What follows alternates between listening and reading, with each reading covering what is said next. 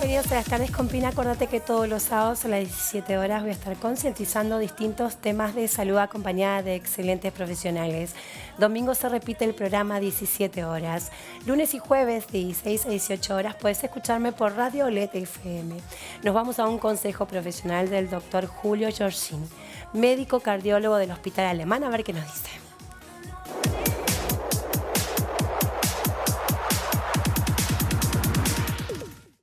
Hola Pink, buenas tardes, ¿cómo estás? Un saludo para vos y para quienes nos están viendo.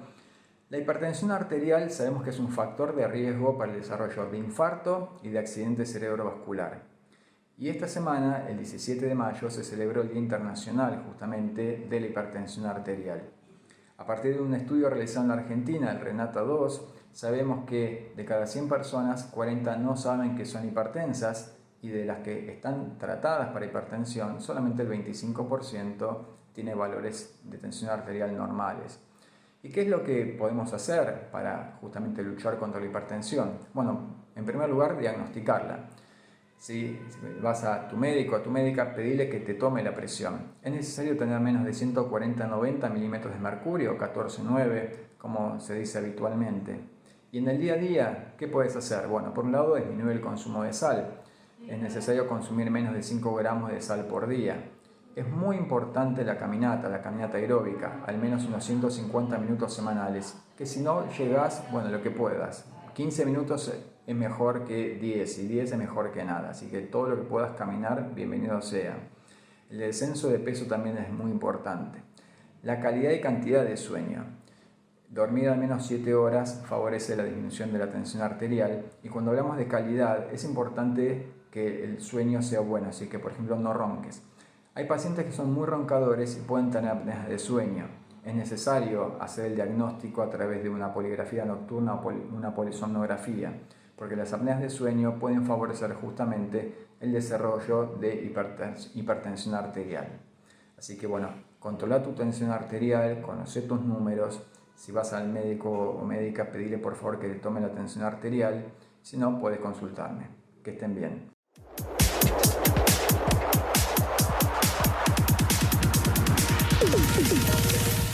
Bien, vamos a concientizar sobre cirugía laparoscópica. Es un abordaje quirúrgico menos invasivo que la cirugía convencional, que permite solventar el problema quirúrgico procurando una recuperación postoperatoria más rápida.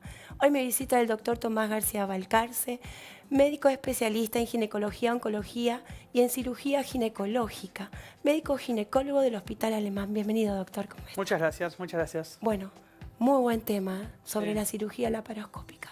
La diferencia entre la cirugía laparoscópica y la convencional. A ver. La primera diferencia así, más visible es las incisiones, si se quiere. Lo que uno puede ver cuando hacemos una cirugía por vía convencional es que tenemos que incidir, abrir la pared.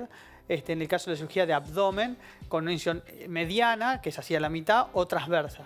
Y la laparoscópica básicamente son pequeños agujeritos chiquitos, uno un poquito más grande para la cámara que usamos para mirar, pero son el cambio en el daño, si se quiere, que hacemos en la pared abdominal para poder acceder al área que tenemos que operar es significativo. Ese es el primer cambio así grande que se ve, el tipo de incisión. Bien, estaba pensando, bueno, ¿en qué situación el profesional decide hacer este tipo de cirugías? Por ejemplo, para examinar, para tratar algún tipo de tumor. Digamos, ¿cuándo se decide hacer este tipo de cirugía y cómo sería el procedimiento? La decisión de hacer cirugía laparoscópica, sobre todo en la parte de ginecología, está limitada. Los límites lo pone la formación de uno, el entrenamiento. El entrenamiento, cuando es más inicial, lo podés dejar solamente para algunos pocos procedimientos, porque es una cirugía de mucho mayor complejidad que la convencional, donde uno opera con las manos y toma los tejidos con las manos, las pinzas con las manos, como habitualmente uno se imagina una cirugía. La cirugía laparoscópica uno lo hace con unas pinzas que miden aproximadamente 40 centímetros a través de pequeños agujeritos. Entonces es muy difícil operar algo a una distancia determinada y lleva mucho tiempo de aprendizaje. Entonces cuando uno se va volviendo cada vez más entrenado, puede hacer cirugías en tumores más grandes, en pacientes con mayor complejidad. Entonces, su indicación de cirugía puede ser cada vez más amplio según la experiencia de cada cirujano. Bien, hablemos de un procedimiento. Supongamos que, bueno, se encuentra un tumor, ¿sí? Bueno, ¿cómo sería el procedimiento? O sea, antes hay que hacer un prequirúrgico. Hagamos todo. ¿Cómo sería Todos el los procedimiento? pasos. Sí, sí, Una sí. indicación muy común que muchas personas se pueden sentir identificadas es con un quiste de ovario o un tumor de ovario que se descubre en una ecografía transvaginal y por determinadas características el cirujano o el ginecólogo dice hay que sacarlo o sacar el ovario o el quiste. La cirugía esa suele ser laparoscópica la mayoría de las veces o debería ser laparoscópica. Entonces, bueno, se pide un prequirúrgico habitual, electrocardiograma, un examen de sangre. La anestesia es igual a la convencional y lo que se hace es poner, cuando la paciente está obviamente dormida, lo que se hace es un momento que se infla la panza. ¿Con qué? Se hace un neumoperitoneo, porque vos sabés que el abdomen está pegado a las vísceras, entonces uno no puede verlas. Necesitamos inflar la panza, el abdomen, para poder tener una visión más de distancia. Entonces es como tener las vísceras acá al lado y cuando uno las infla adquiere perspectiva y puede operar. Y con ese neumoperitoneo puede lograr acceder, en este caso, a los quistes de ovario y sacar el ovario, sacar el quiste con total seguridad. Bien, ¿cómo se infla? O sea, ¿con qué se infla? Uno de los pasos importantes es eso, se infla hay muchas formas. Uno muy común es con una aguja que entra un gas que se llama anhídrido carbónico, que hace que en ese momento esperamos, cuando la panza queda verdaderamente inflada como una pelota de fútbol, es medio extraño de ver, lo que nos permite luego nosotros es poner unos puertos. Puertos son unos tubos que quedan puestos en la paciente y eso nos permite pasar y sacar pinzas. Entonces poder acceder de esa manera y los ponemos dependiendo que tengamos que operar.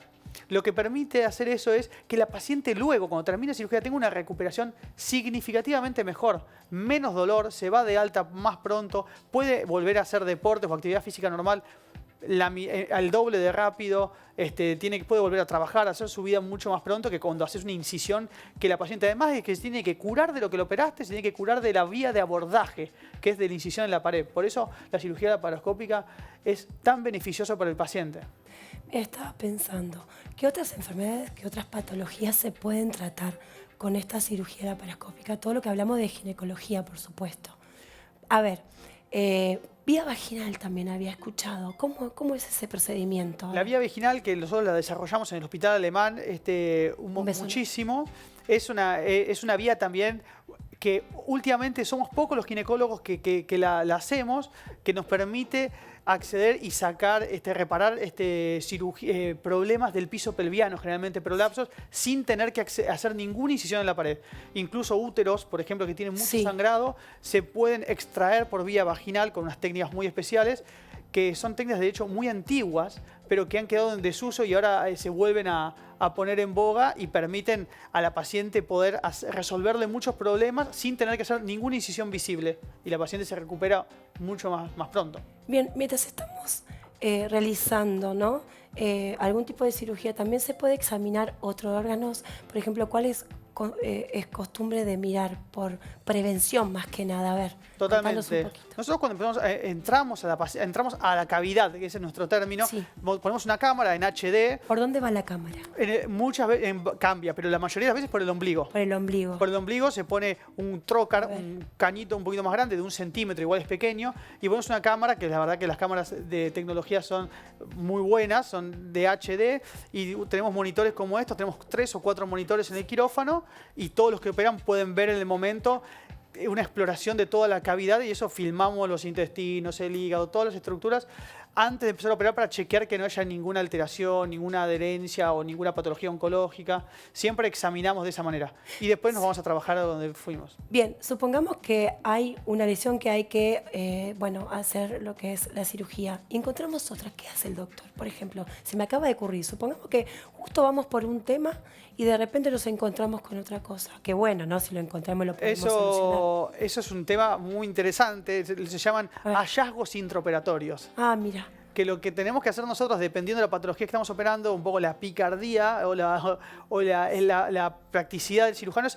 saber pedir estudios previos a la cirugía, digamos, estudios de mayor o menor complejidad para tratar de que no pase eso, de que no haya hallazgos intraoperatorios no esperados. Por ejemplo, un quiste del otro ovario que no te esperaba. Pero puede pasar. puede pasar y somos muy cautos a la hora de operar algo no convenido con la paciente previamente. Si es algo que tenemos que remover por un bien mayor, por supuesto que se va a hacer. Pero en la patología ginecológica, sobre todo en las pacientes premenopáusicas que tienen deseos de paridad y demás, todo lo que es remover una estructura cercana al ovario o la trompa uterina y demás, tratamos de que esté en pleno consenso con la paciente. Entonces, si hay algo muy sospechoso de patología oncológica, quizás sí se toma la conducta en el momento de resolverlo. La cirugía laparoscópica tiene múltiples técnicas propias y que se le pueden anexar para poder sacar incluso grandes tumores por la cirugía mínimamente invasiva. Tiene muchas, es muy plástica. Se pueden tumores de miomas de útero que son muy grandes, que no pasan por los agujeritos. Hay dispositivos que se agregan a estos puertos y permiten cortar en pedacitos ese fibroma y sacarlo como una tira toda larga sin tener que abrir la panza, el abdomen, digamos.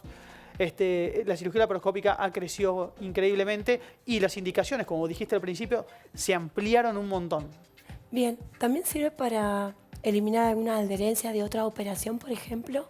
Sirve como diagnóstico. Muchas chicas pueden sentirse identificadas que en el transcurso de estudios por infertilidad terminan a veces en una laparoscopía exploradora. Y a veces solamente miramos y a ver si hay adherencias que en el caso de la fertilidad dificulten en la trompa tener una correcta fecundación. Pueden estar tapadas también. Exacto, por estar tapadas o por estar torcidas o adheridas. Entonces, a veces la laparoscopía nos sirve para saber qué está pasando y a veces no hay que hacer nada y solamente es un estudio diagnóstico y podemos avanzar eventualmente si encontramos adherencias para liberarlas, para restituir la anatomía pelviana y que la paciente pueda tener una procreación sana, digamos. ¿Puede pasar que alguna persona tenga algún inconveniente y en los estudios no salgan, entonces tengamos que recurrir a esta cirugía laparoscópica, por ejemplo, doctor? Totalmente. Podemos tener pacientes que tienen dolor pelviano crónico, por ejemplo, que es una entidad bastante poco charlada, pero que son dolores con los ciclos, con las menstruaciones muy abundantes y un tema muy importante que es la endometriosis, que hemos hablado en su momento. A veces no sale en la ecografía, no sale en la resonancia magnética y finalmente terminamos en una laparoscopía exploradora, donde vamos a buscar lo que no se ve por estudios de imágenes. Como les digo, la laparoscopía se puede ver en HD a gran definición y con eso ya es determinante. Podemos tomar biopsias, podemos ver cómo funciona el útero o si hay una explicación para ese dolor pelviano. Estaba pensando, ¿tiene tiempos la cirugía?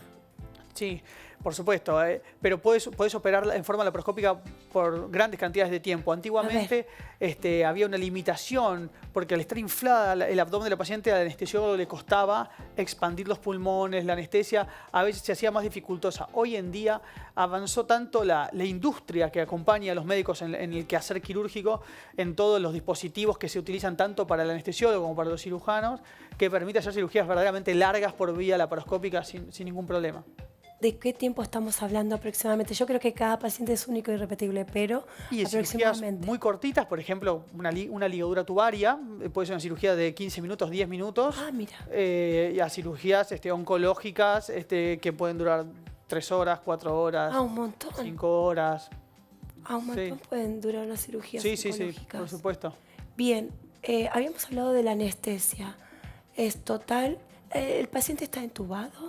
Sí, la anestesia de la cirugía laparoscópica... Llevemos un poco, perdóname, porque le decís quirófano a la gente y se asusta muchísimo. Sí. Sería bueno usar este espacio para también poder hablar lo que es un quirófano, encontrarnos con ciertos equipos, cuántos profesionales asisten al paciente, ¿no? Bueno, tal cual, eso siempre le choquea a los pacientes que entran por primera vez a un quirófano, la cantidad de gente la cantidad que somos. Sí. Porque por ahí nos ven en el consultorio a nosotros y piensan que es uno solo y somos por lo menos 8 personas tienen que ver en el quirófano como mínimo, porque está el anestesiólogo con su técnico que lo asiste. Ah, mira. Nosotros operamos generalmente con 2 ayudantes más. Las instrumentoras siempre tienen que ser 2 y alguna otra instrumentora que pueda haber. Entonces ya fácilmente somos varios. Y el quirófano, los quirófanos del Hospital Alemán puntualmente, que son nuevos. Súper equipados. Tenemos muchos aparatos que los pacientes dicen, ¿qué me van a hacer? Podemos contarlo de esos aparatos, pero esto está buenísimo porque uno ya sabe y va más tranquilo. Total. Mejor que estén a que no estén. Lo primero que va a haber son 2 grandes luces, o 3, que se llaman cialíticas, que son muy grandes. Después una camilla en el medio del quirófano. Un aparato muy grande que es la torre de anestesia, que lo que ve que es el aparato que brinda ventilación al paciente. Es todo que tiene de una alta, digamos, digamos, tecnicidad que maneja el anestesista. Y después nuestros elementos de operación laparoscópica, que son las pantallas, que son 3 generalmente, o 2, y unos, lo que le decimos nosotros torres, que son dispositivos que ayudan a brindar ese dióxido anhídrido carbónico para inflar, luz, y después mesas. Van a encontrar mesas por todos lados, mesas donde ponemos nuestro instrumental, donde ponemos el material estéril que usamos para operar. Hay bancos, hay muchas cosas, básicamente. Sí, me parecía que esto estaba bueno. Cables por todos lados. Sí, porque a veces la gente le decís un quirófano y se asusta muchísimo. Más o menos como acá. Sí, y está bueno, ¿no? Para que se lleve tranquilidad y digas, bueno, me encuentro con lo que el doctor dijo, qué bueno que estén los equipos, a que no estén, por supuesto, ¿no? A veces hay música también, seguramente va a haber. Yo me he spoilado con el doctor. Y frío, por eso los pacientes pobres a veces tienen fríos y les damos siempre algún dispositivo que hay también para tener calor y bueno, sí, es un ambiente que puede ser frío, pero es muy importante que nosotros también le pongamos onda. ¿Por qué es el frío? Justamente porque se necesita. Porque la paciente básicamente está con una batita y desnuda. Y después nosotros le ponemos algunos dispositivos que calientan toda la sala porque tampoco se puede mantener mucho calor para el control de las infecciones. Hay que contarlo que el doctor tiene un equipazo y te lleva una tranquilidad. Es mi médico y lo puedo contar por experiencia. Tiene todo un gran equipo de profesionales. El quirófano pero hay que decirlo. Realmente es maravilloso el equipo del doctor. Estaba pensando en esto se infla la panza, ¿no es cierto? Una vez que el paciente se despierta solo, casi terminando la cirugía, ¿lo despiertan ustedes? El paciente es el arte del anestesiólogo, que es un profesional clave, es el piloto que maneja el avión, básicamente, que nos mantiene el avión quieto para que nosotros trabajemos. Y él es el que maneja el despertar y nosotros siempre estamos al lado cuando el paciente verdaderamente lo extubamos, que le sacamos el tubo y se va despertando y va entrando en conciencia nuevamente. Eso sucede en el quirófano. En el quirófano. Y ahí se despierta, nosotros le explicamos, lo orientamos, le decimos qué hora es. Y de ahí pasa a una camilla, una recuperación, donde lo estamos vigilando de cerca, unos médicos especialistas que a veces son terapistas, a ver que se recupere muy bien de la anestesia y demás, y finalmente va a la habitación. Excelente. Hablemos, ahora después vamos a hablar de los síntomas que puede llegar a tener el paciente una vez terminada la cirugía, que es lógico, puede ser mínima, cada uno cambia, ¿sí? Los riesgos. A ver, ¿cuáles son los riesgos? Como toda cirugía está bueno esto, poder hablarlo. Totalmente, bueno, la cirugía laparoscópica... No para llevar miedo, simplemente que uno tiene que saber que hay riesgo. Nosotros cuando nos entrenamos en esta cirugía, lo primero que nos entrenamos a saber lidiar con las complicaciones que tiene o que puede tener para prevenirlas. Hay muchas maniobras de seguridad que hacemos. Así como el piloto de avión tiene un checklist que va chequeando que esté todo en orden, nosotros hacemos lo mismo. En el hospital alemán, que está avalado por la Joint Commission, que es una comisión internacional, no podemos empezar la cirugía sin repasar muchos datos del paciente y técnicos, porque operamos con máquinas, básicamente. Entonces necesitamos que técnicamente todo funcione. Y entonces luego de eso sí puede tener complicaciones aún así el procedimiento, vinculadas al ingreso sobre todo que usamos para inflar este abdomen. Se puede lesionar el intestino o un vaso sanguíneo importante, sobre todo en la cirugía oncológica. Las complicaciones son muy, muy bajas, ¿sí? La tasa de complicaciones son menores al 0,01%, pero por supuesto que aumentan en pacientes con alguna comorbilidad, en pacientes con muchas cirugías previas, que tengan muchas adherencias, como mencionaste, o que tengan mucha obesidad, o que el instrumental no esté en buenas condiciones, o que la cirugía sea muy urgente y haya más velocidad. Que puede aumentar la tasa de complicaciones un poco. Pero por supuesto esto se entrena y se educa en simuladores, que nosotros también tenemos en el hospital para que todos los médicos que están en formación entrenen su habilidad quirúrgica en simuladores, que tienen un sistema de computadora que nos enseña a aprender un movimiento que no es propio del humano. Operar con pinzas de 50 centímetros es muy difícil y hasta que uno adquiere esa habilidad manual... ¿Cuánto tiempo lleva dependiendo, para cirugías más por lo menos 4 años, puede llevar para procedimientos más simples Y para más complejos puede mucho tiempo, 10 años, 15, dependiendo de la cantidad de pacientes que tengas, tus profesores y la institución que te dé el material adecuado, porque también son materiales muy costosos, ¿no? Muy costosos. Estaba pensando esto de, supongamos que hay un inconveniente, se repara en el momento, se puede llamar a otro profesional en caso de... Eso ayuda a la institución en la que uno trabaja, como el Hospital Alemán, que también tenemos otros profesionales, urólogos, cirujanos vasculares, anestesiólogos, terapistas, que si uno tiene un problema intraoperatorio lo podés resolver generalmente ahí, porque hay todo un protocolo de ayuda. Y a veces la cirugía laparoscópica, les puede pasar a algún paciente, no puede finalizar por vía laparoscópica y tenemos que usar la vía convencional. Te iba a decir que en caso, digamos, esto se prepara el equipo antes de realizar la cirugía, que en caso de que no se pueda hacer la cirugía laparoscópica, tengan que recurrir a la convencional. Se charla con el paciente antes, dependiendo de la cirugía, se dice, existe siempre esta posibilidad, no voy a suspender la cirugía, finalmente es una vía de abordaje nomás. La patología tiene que ser resuelta. Uno trata de hacerlo y cuanto más entrenado está, menos chances de convertirlo, le decimos, de convertirla a cielo abierto. Pero a veces, en algunos pacientes con tumores muy grandes o con muchas adherencias, es una posibilidad real y se habla de antemano y se tiene todo preparado para hacerlo. O ante una complicación importante que rápidamente tengas que acceder a trabajar con tus manos. Bien, estaba pensando, ¿hay pacientes que puedan necesitar una transfusión de sangre? Sí, por supuesto.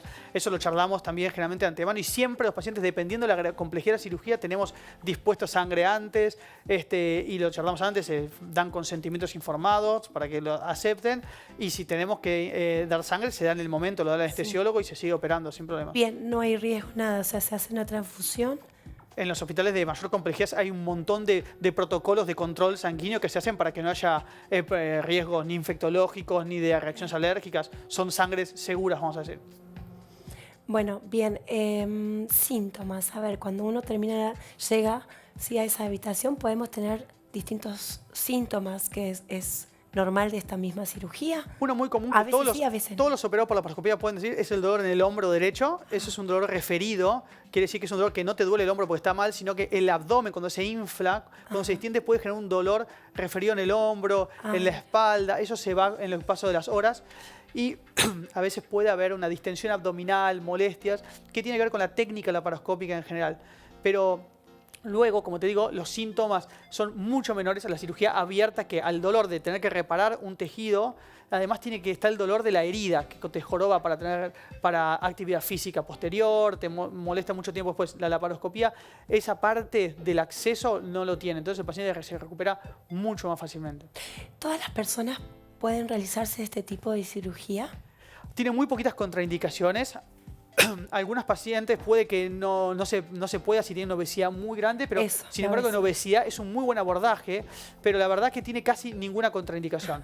No, las personas que por ahí tienen sobrepeso muchas veces es preferible que por ahí antes de hacer la cirugía puedan bajar. Si no es urgente la cirugía siempre es conveniente, pero no es que es restrictivo. Las personas con obesidad, incluso obesidad mórbida, tranquilamente se pueden operar por laparoscopía. De hecho, tenemos instrumental especial para estas pacientes. Pero hay algunos riesgos, porque justamente al tener una obesidad, esto hay que decirlo, ¿no? Tratar de mantener un peso más o menos adecuado, justamente. Sí, nosotros... Una cuestión de salud primero. Por supuesto. Nosotros, obviamente, operamos a todas las pacientes, pero es verdad que al cirujano siempre le es mucho más complicado operar a una paciente con mayor panículo adiposo, que le decimos. Es más difícil técnicamente hacerlo.